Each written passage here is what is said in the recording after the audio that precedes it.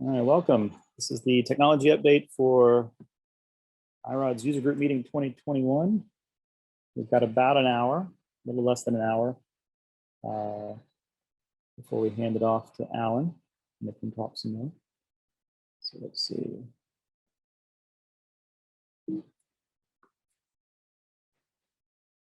That's coming through. So we're going to start off big and then go into the details a little bit and then end up big again. So this is a very similar slide, I think, to last year in terms of kind of setting the stage for what we've been working on and what we're doing. And at this point, we've been doing this long enough that the story actually doesn't change too much from year to year, which I think is both good, but also means that I get to reuse the slides. So it's great.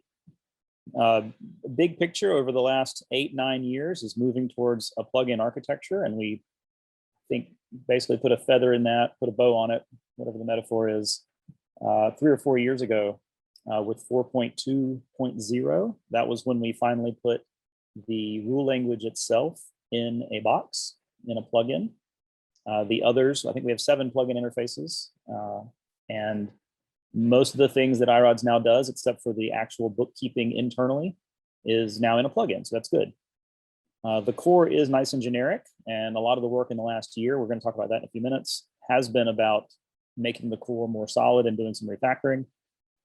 But really, iRODS is just a protocol and an API, and writing things down in a good way so that we can find things later. The plugins are where we do the business of the rubber hitting the road and doing the particularities for talking to different storage or for speaking on different networks and things like that. And then in terms of policy is really about moving towards composition. So if we've got tiny pieces that all behave and play well with each other, then we don't have to come up with and necessarily support ourselves all of the interesting, crazy things that you want to do with your infrastructure. You can compose your policy as you see fit, and then tell us about it at a later UGM, and we all clap for you. So this is great, everybody wins. In terms of the modern core libraries, we really are trying to standardize our interfaces and make sure that we keep things consistent. And like I said, this year really was about refactoring some of that inside for both ease of use and holding so that we don't hold it wrong, and also so that we can stand up and tell you how great it is. And then of course, also we get rid of the bugs that way. If we reduce the number of code paths, if we share the interfaces and make them clean, the edge cases are no longer as edgy. Last year, we spent a bit of time starting to talk about logical locking, and we've got Alan talking at 11 in about 45 minutes about all the work that he did in the last year.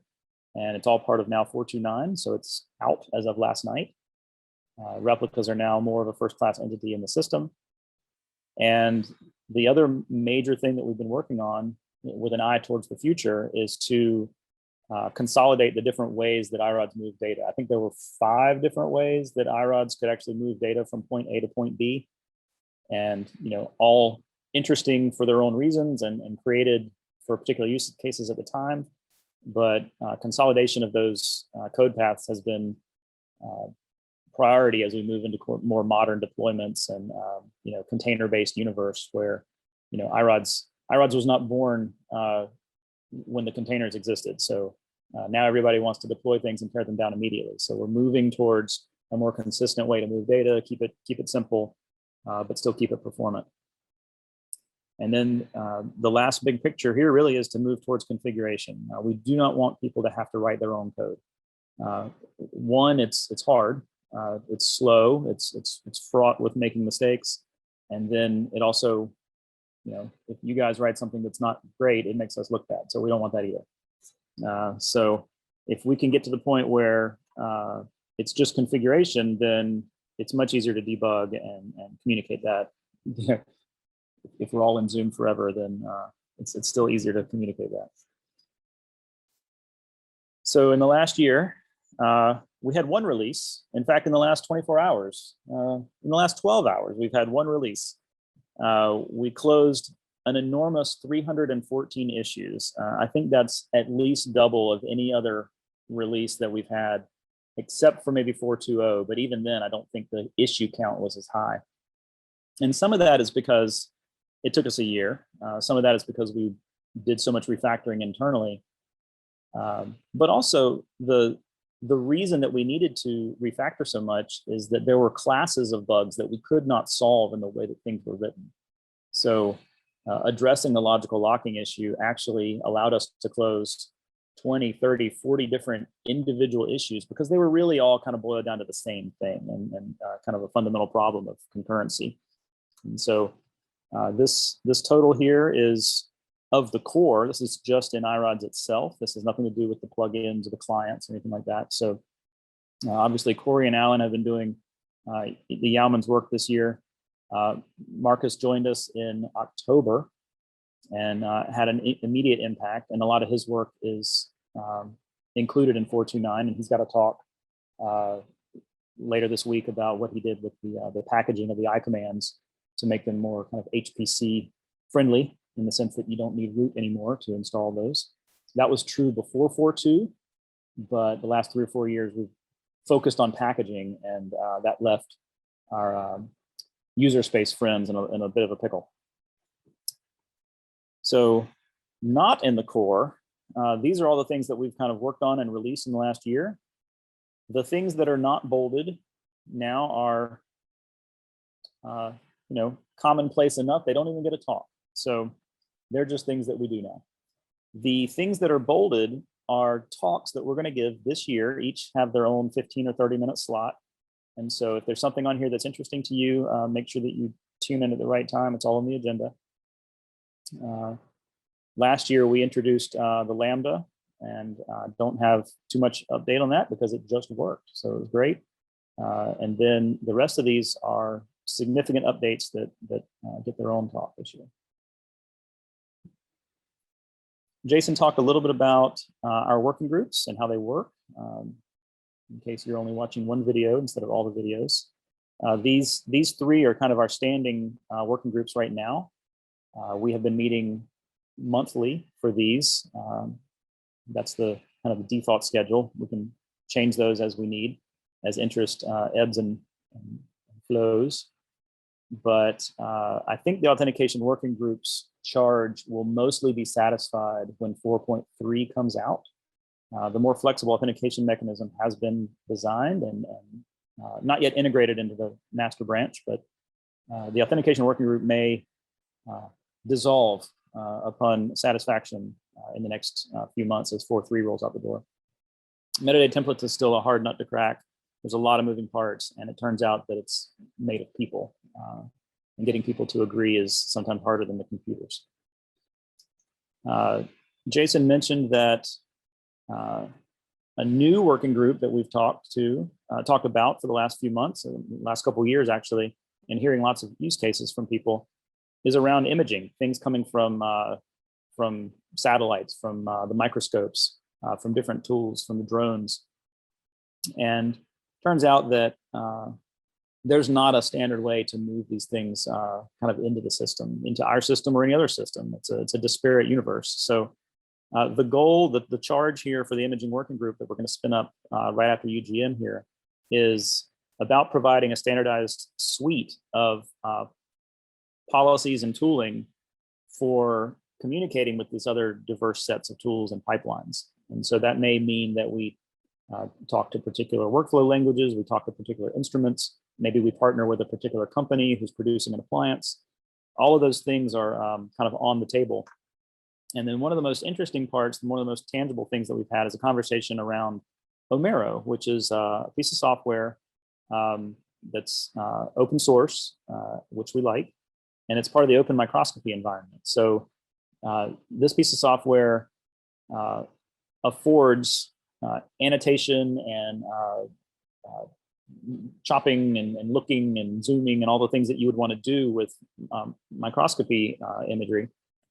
And the compelling thing here is to be able to hear what people are doing in Omero. We do not want to reproduce the Omero suite of effort and tooling. But also the Omero system would like to be able to see what is in iRODS, because iRODS brings to the table all of the other tooling that might be involved in a lab or in a research environment. And so if we can get these two things to talk to each other, we think it's going to be better for both worlds, allowing for some standardization and for speed. So in one direction, we might have to capture what's in the Omero database and kind of communicate that to iRODS. And we've got a series of technologies here, a little pipeline proposed. We haven't done the work. This is just from the whiteboard so far. Getting information from iRODS into the Omero database would be, from the iRODS perspective, just a publishing capability, which we have to talk to the Omero API. And then for Omero to be able to actually write to the actual disk and read from iRODS would be through NFS rods, perhaps. And so this is the kind of proposal for this working group, and we're going to get started pretty soon. The people in the room so far have been a few different universities, as well as interest from Cyverse and NIEHS. So we're pretty excited. On the left of your screen here are not the people you're going to hear from in the next few minutes. These are the talks that are going to happen later in the week from our group. I'm looking at them now. These are not necessarily in chronological order, which is fine. Included in this talk, we're going to have Corey come up and talk about core libraries and the work that we did refactoring this year. And then Justin is going to talk about, give an update, an optimization update on the talk that he gave last year about S3 and streaming. And so it's now real and it's out there, and he's going to show you some good information. So I think Corey is up. Are you here, Corey? Yes, can you hear me? Yes, I can. I'm going to stop the video and mute myself. Take it away. All right, thanks. Hey everybody, again, my name is Corey. I'm one of the core developers here with iRODS, and I'm going to be talking about the new libraries and APIs and things that will be available in 4.2.9. So just to kind of like establish the idea behind all of these things, like Terrell said earlier, the main purpose of these libraries and tools is just to, we want to identify common tasks in iRODS, and we want to encapsulate that behavior in behind libraries that are easy to use and provide high-level abstraction so that we can decrease the amount of bugs that are introduced into the core, as well as allow people to write plugins and things in a very safe way. So if we look back, across from between 4.2.7 and 4.2.8, we've introduced quite a bit of libraries, and all of these things have been are like getting a lot of usage throughout the system, and they're proven to be highly valuable, especially libraries like the key value proxy and thread pools and IO streams, and especially the query iterator. And we're hoping that through with 4.2.9, we see a lot of usage with the new libraries, the new tools as we move forward. So can we go to the next slide? All right, so with 4.2.9, we have 11 new C++ libraries. We have some that are meant only for use within the server side, and some that are available for client side use as well as server side use. So just to start out, we have the replica state table, which is essentially just, it's a tool that's meant to, it tracks the state of all replicas associated with a data object. So when someone opens a data object, we capture that state, and as things happen over the course of an operation, that information is also captured for use down the road. Next, we have the logical locking interface, which is essentially a set of convenience functions and things that basically work in tandem with the replica state table to coordinate reads and writes to the same data object. And like Terrell said, Alan, he's going to be talking about that later. Next, we have the DNS caching library, which is essentially a tool that's meant to improve network performance. So we want to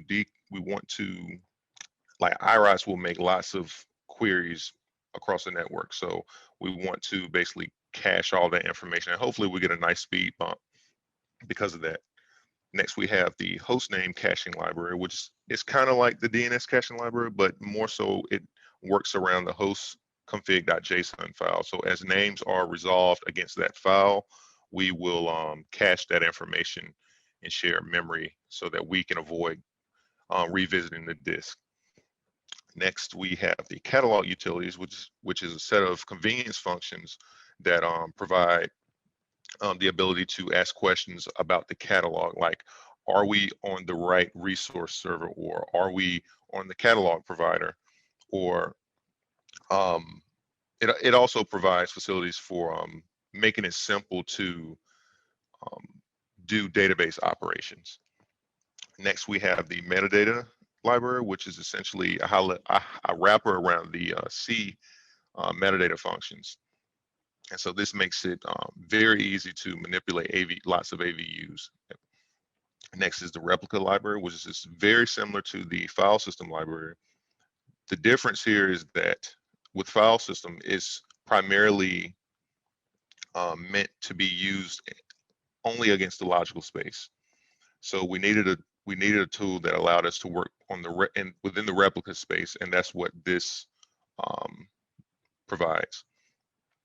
Next is the parallel transfer engine. This is a low-level interface that enables parallel transfer over multiple iRODS connections. So this is not a full-blown like put get type interface, but it does provide the building blocks for, basically providing a more modern solution as compared to what we have today with the high ports.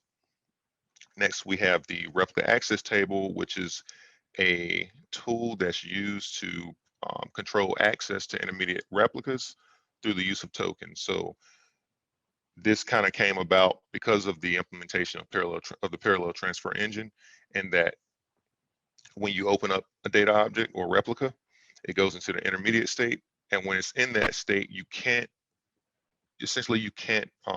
reopen that replica.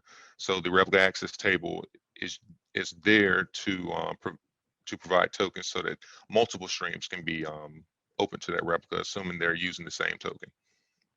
Next, we have the client connection API, which is just a simple wrapper around the RC Connect calls. So if you want to do maybe you want to prototype a thought or an idea, you can just simply, assuming you're writing C++, you can just instantiate one of these and you're connected. Last but not least, we have the resource administration library, which is just another wrapper around the existing C API calls, but it provides a nice, simple solution to being able to manipulate resources. Next. We also produced 4 new API plugins with 429. Like last year, we introduced the Atomic Metadata Operations API plugin. This year, we have the Atomic ACLs API plugin, which allows you to manipulate large amounts of ACLs within a single transaction. With this, you also get a microservice so that you can use it in the rule engines. Next, we have the data object finalize, and that is essentially a way for us to atomically commit changes to replicas to the catalog. That is meant to be used as a way with the replica state table and logical locking. Next, we have the replica open API plugin, which is just a nice convenience function that bundles API calls, in particular the RX data obj open and the get file descriptor info API, so that we avoid unnecessary network traffic.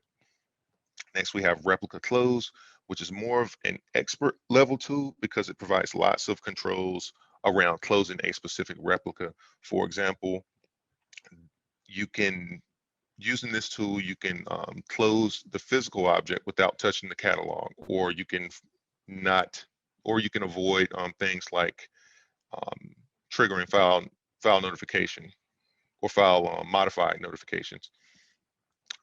This was developed primarily for use with the parallel transfer engine. And last but not least, we finally have a Touch API plugin, which is essentially the iRODS equivalent of Unix Touch, but as an API plugin, and it provides a microservice as well as a new I command. Next. And finally, I guess one of the another big change is that we refactored the checksum API. There were some issues around how it worked with other commands, like some commands rely on the data size, while others, like the checksum API, just ignored the data size in the catalog. It would just literally use the size on disk.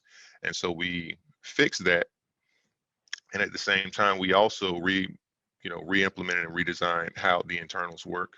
So what you get now is two modes. You get the first mode, which is verification, which is just a reporting mode. So it reports things like mismatched size information, missing checksums, or things like do all the replicas share the same checksum. Next, we also have the lookup update mode, which is more like the traditional behavior that people are used to. For example, in this mode, depending on the options that you provide, iRODS will either return the existing checksum or it will update or calculate a new checksum. And I think that covers everything for me. All right. So I've got one question here. Does iTouch automatically execute checksum check? And I think the answer is, Jason just answered it as well. It depends on the policy, of course, right? So right. If you've got a PEP and you want to do that, then yes. Right. All right. Justin is here. Thank you, Corey. And if we've got questions, we'll all be available for questions at the end of the technology update. Justin, take it away. We got 30 minutes. All right, yeah, and I'm going to go through this pretty fast. So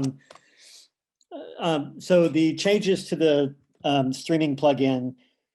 First, I want to review kind of what we presented last year.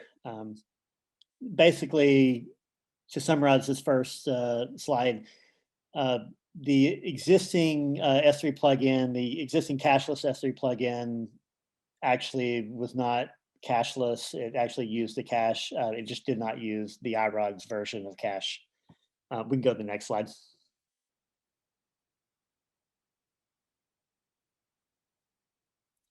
Okay, so again, this is just a review of what we talked about last year. For reads, it's pretty simple. The streaming version of the plugin, basically because S3 allows random access, we were able to just stream directly from S3 to the iRODS threads. So when iRODS requests for a certain bytes of data, we were able to stream it directly. And that's still true. Next slide. For writes, and I'm showing a parallel put right here. So we have in threads. Each iRODS thread will call the plugin, and the plugin will write bytes to a circular buffer. The circular buffer exists for every single thread, so there's n circular buffers. Each thread will also start up another thread, which will read the circular buffer and stream to S3. The first thread on the first write will call create multipart upload, and the last thread on the last close will call complete multipart upload. So that's kind of a summary of how the streaming S3 works. Okay, next slide. Okay, so over the last year, we've had several partners test S3. They found a lot of edge cases, some bugs and things like that. And I want to thank everyone for doing that. It's been very helpful to have other people look at it and test it. Some of the changes we did was to libs3. To start, we rebased our code on the latest libs3 code. This is because libs3 has some features. We forked the libs3 code a while back, and since the fork, libs3 had added some features that we needed, and also they had some bug fixes as well. In addition, after rebasing, we fixed some bugs that we found in libs3, and also some bugs that we found in our changes to libs3. So that was one of the big changes. The other biggest change was that we are now supporting retries. Originally, after a failure, we weren't retrying properly. And one of the reasons was that data was written to the circler buffer and then popped off the circler buffer as we streamed to S3. Because we pop it off and stream it, we lose the data, so that the data no longer existed for retries. So now, rather than popping off the circler buffer, we are peeking into the circler buffer. Once a part is finished, then we will pop it off. Once a part finishes successfully, we'll pop that off the circler buffer and continue. And the other thing is we added exponential back off on retries. We had a lot of people hitting it really hard, and we would get too many request errors and things like that. So we had to slow down the request rates. Next slide. Okay, so to support the retries, we had to kind of make a design change in how the circler buffer worked. One is, rather than holding chunks of data, we hold bytes directly. So the circler buffer is sized in bytes, not in chunks of data. The circler buffer size parameter that you pass to the S3 plugin as a configuration in the context is a multiple of the S3 minimum part size. So S3 minimum part size is usually 5 megabytes, at least it is in Amazon. So if you set the circler buffer size to 2, then that would mean that each thread circler buffer would be 10 megabytes. We also added timeouts to the circler buffer in case a reader or writer fails. What we were seeing, like especially in a replication scenario where we're reading from one replica and writing to another, and maybe S3 returns an error or something, and it failed. The other side would just hang because it's either waiting for data or it's waiting for size to open up on the circler buffer to write. So we added a timeout to circler buffer. So if one side fails, the other side will eventually time out and fail as well. We added some configuration options that we hadn't yet implemented last year. Also, we are better partition of bytes into parts. So originally, each thread had one on a multi-part upload. Each thread would receive in bytes, and that all those bytes would be sent as one part. We couldn't do that anymore because of the retry logic and the fact that we can't pop things off the circler buffer immediately. If a thread is handling more bytes than the size of the circler buffer, then it would lock up. So what we did is we broke up each thread, the bytes that a thread handles, into multiple parts. So each thread now will handle the part size will be between the minimum part size and twice the minimum part size. Actually, that's not 100% correct. It'll be between the minimum part size and the circler buffer size. And the circler buffer size itself has to be at least twice the minimum part size. Okay, next slide. Okay, excuse me. We've changed some rules in how a cache file is used. This was refined after a lot of testing and everything. And basically all objects in read-only mode will be cacherless. It will be streaming. That's because of, the random access is allowed in S3, so there's no reason to cache any kind of request you can just return the bytes directly. Basically all I commands will generally be cashless. So iPut, iREPL, all of that will be cashless with a couple of exceptions. One exception is if the number of bytes that a thread is getting, if you're using multi-part upload, but the thread itself is getting less than the S3 MPU chunk size, which is the minimum part size, then we have to use a cache. And that was the 32 to 80 window that we talked about a little bit last year. That was if you have 16 threads. So if you have 32 megabytes, you start doing multi-part upload. But with 16 threads, each thread is not handling at least 5 megabytes. The default in the iRODS server has now changed to four threads per, maximum of 4 threads per upload. But you can, the existing 16, if you don't update, if you don't update that, you'll still have 16 in the configuration, and you can set the number of threads to anything you want. So depending on what you set the number of threads, that window may still exist where you have to use a cache file. But with 4, there is no window. The other one is if iRODS is performing a parallel transfer, but by configuration, you've disabled multi-part upload, then we have to use a cache file as well. So non-iCommand clients, there's going to be some rules around that on whether we use cache or not. And if we do not use cache, then there's a contract that we are expecting the client to follow. Basically, if they do not want to use cache, they can set the opera type to one of the 3 you see here, put, replicate, or copy. And but if they do that, the contract that we're expecting is that the file will be split between end processes or threads so that each process and thread gets the same number of bytes, except the last one will get the n-1 or fewer remaining bytes.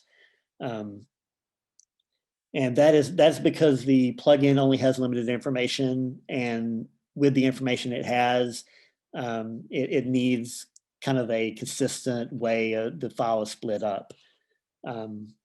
So if you don't do that, if you set the opera type and you don't, and if you don't follow that contract, then it will break. So that's something people need to know when they're writing a client. In all cases, if the client's not using the server policy to set the number of threads, and that includes if the, like on the iPut, the user can set the number of threads on the iPut, that's still using the server policy. But if a client like the Python client or something decides it wants to set the number of threads itself, then you need to set the number of threads keyword so that the plugin knows how many threads there are. Okay, next slide. Okay, I'm not going to go through this line by line. I just basically, this is kind of rationale behind the contract that we're expecting between the client and the plugin.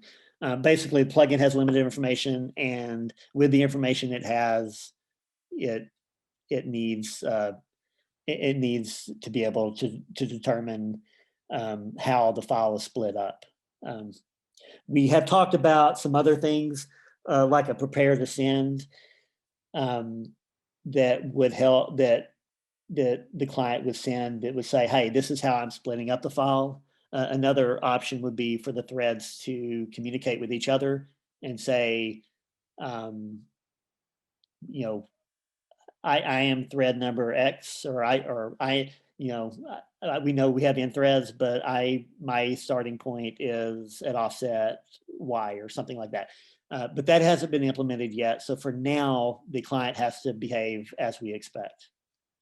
But again, the iCommands all do this by default. Okay, next slide. Okay, performance. So last year we we tested this against Amazon. And so this year I decided to show you a graph of Mino.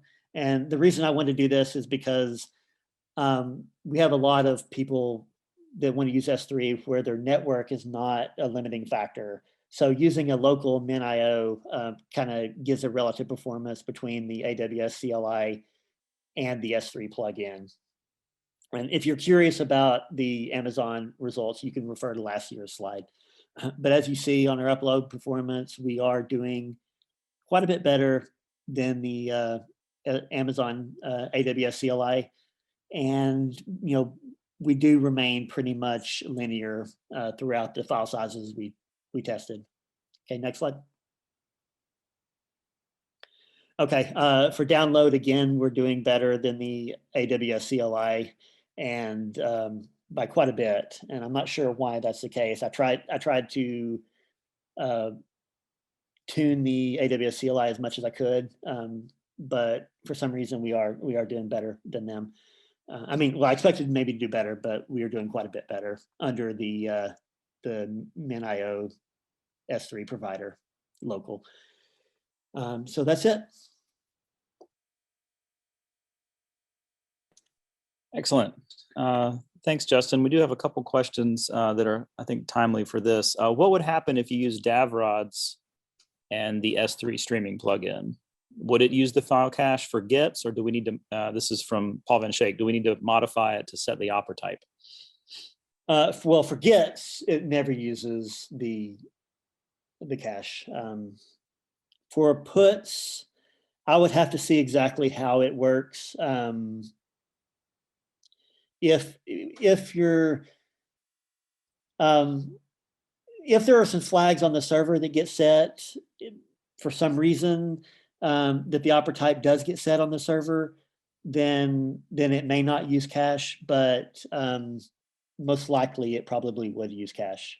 Right. At the opera type. And there may be some tweaking we can do. I mean, this is the idea behind talking about the contract, is that clients that we're not necessarily in charge of, you know, this is brand new work, and we can't vouch for anything else yet. So, but yeah, the biggest question about the gets is that, yeah, we're not gonna, this doesn't affect gets.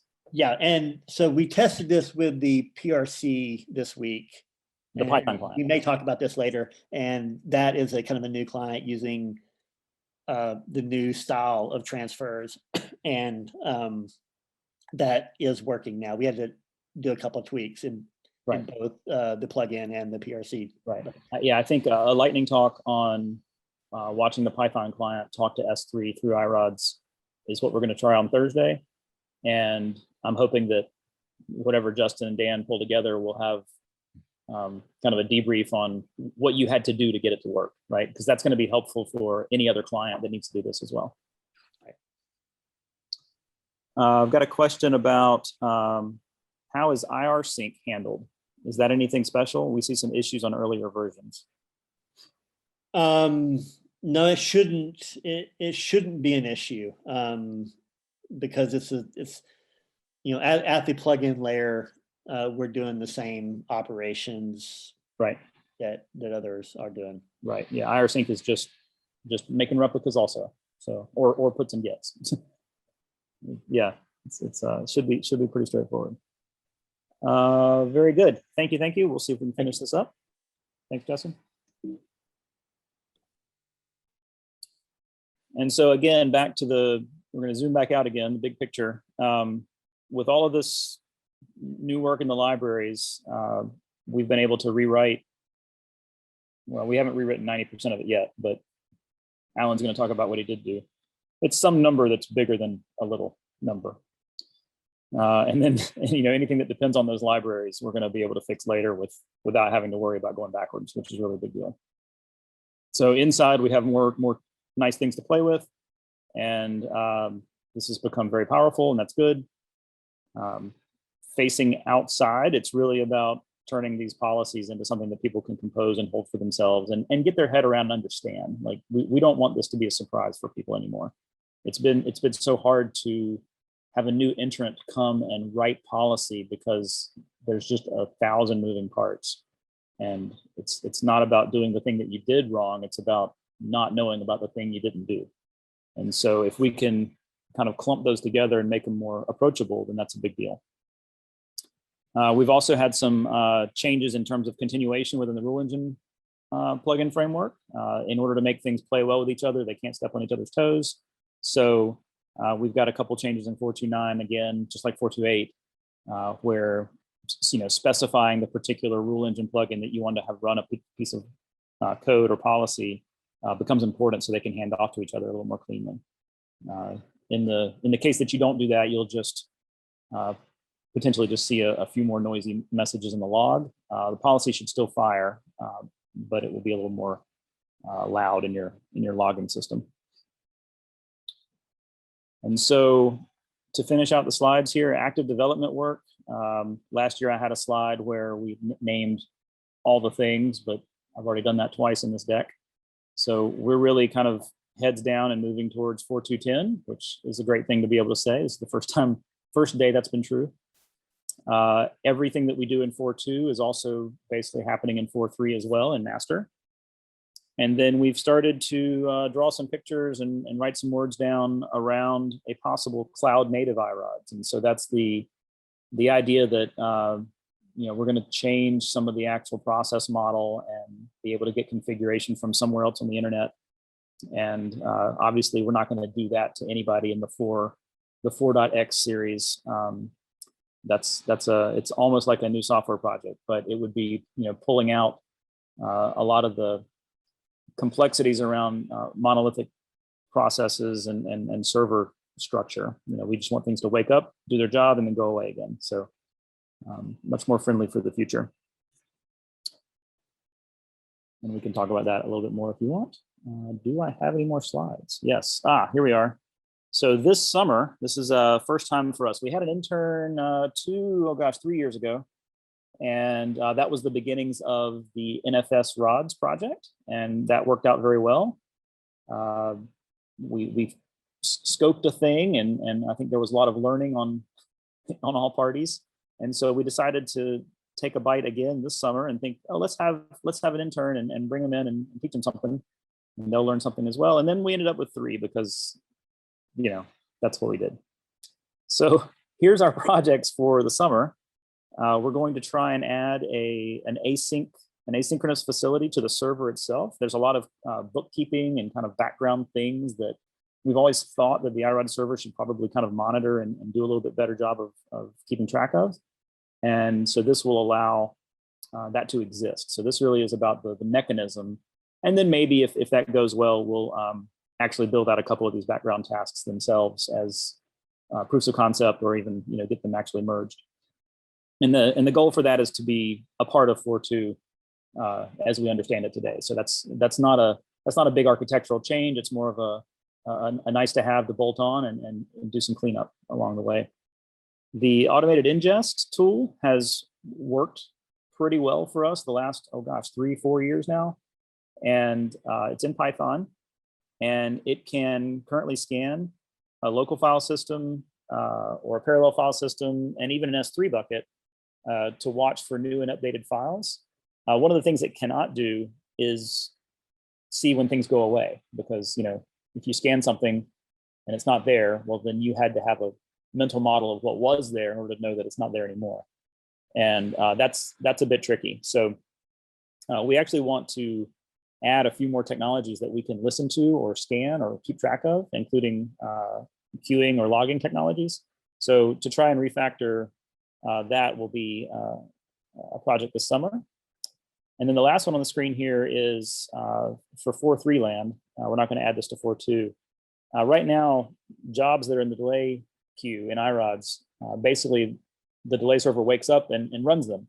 And that only happens on the provider right now, which is fine, because you can put in your policies, remote calls to make them fire on different servers, but it's a lot more hands-on. You have to kind of know where you want your stuff to fire and keep track of that yourselves as you put things in the delay queue. And the idea with this project is to add an implicit remote, which also means that we're going to add a configuration to the server config where we can define basically a pool of delay ready servers that are willing and able to accept these remote jobs. And then implicitly, just by default, those jobs get fanned out to that pool of servers. And if you don't define that, it would just default back to the list of one, which is, the provider, which is what the behavior is you have today. So these are each, we think, something that can happen over the summer. And even if they don't get completed completely, they are excellent learning exercises for us and for, the young people that we have. And I'm hoping that this is a good model as we move forward. We might do this again next year or the year after. So please be thinking about your own students if you are in an environment where you have students. And we want to encourage people learning about iRODS at all levels. Last couple minutes here, we really are pushing towards 4.3, and at this point, the system is working. Like Pete said earlier in the keynote, things can't break. Sysadmins don't want things to change too much. So we have a constant tension of, hey, can you make everything better, but also don't change anything.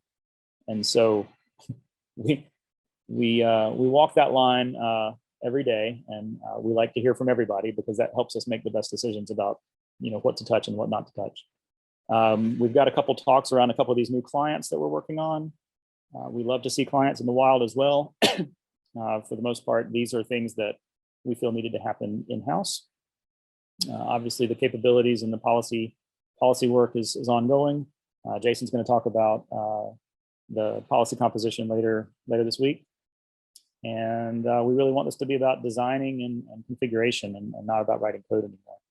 It's too powerful to get stuck in the weeds if you're trying to get your stuff done. So we always want to hear from you. Tell us your use cases. Tell us what doesn't work. That is the point of having a sandbox. That's the point of having open source. That's how we make it better. And so you can do that by joining the working groups, coming to the calls. All of our working group minutes are public. They all each have a GitHub repository. Obviously, all of our own code is in GitHub. Everything's public. Pull request is how we get our work done with people that are not, well, pull requests are how we get our work done inside the group, but also how we interact with code submissions from outside the group. We have a Google group that's called iROD chat, which is interesting because it's not really chat, it's email. And then obviously our most preferred way is to actually join the consortium and give us that cash. But we know it's a long road for certain organizations, and you need convincing. So that's why we do it in public, and hopefully hearing other people tell our stories is a bit more convincing than hearing us tell our stories. And again, talk to each other because that's how it works. I'm gonna look over here to Slack and take some questions. We can answer questions about any of the things that we covered. Corey and Justin are here and ready to answer. What is the roadmap for authentication with OpenID in iRODS? So that's been part of the effort inside the authentication working group. And we have, I guess, created an authentication plugin framework, basically. And the idea is that we're going to hand off the heavy lifting to somebody else. And that somebody else could be us if that's the way that we want to work with it. But we've also got community members who are also already heavily invested in OpenID and OpenID Connect. And so we expect that to be simple soon.